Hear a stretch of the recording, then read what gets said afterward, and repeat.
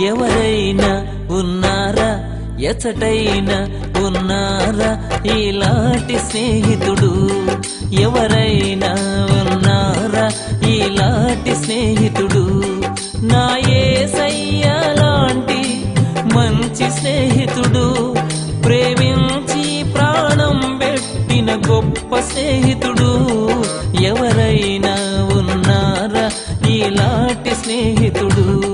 ఎచటైనా ఉన్నారా ఇలాంటి స్నేహితుడు?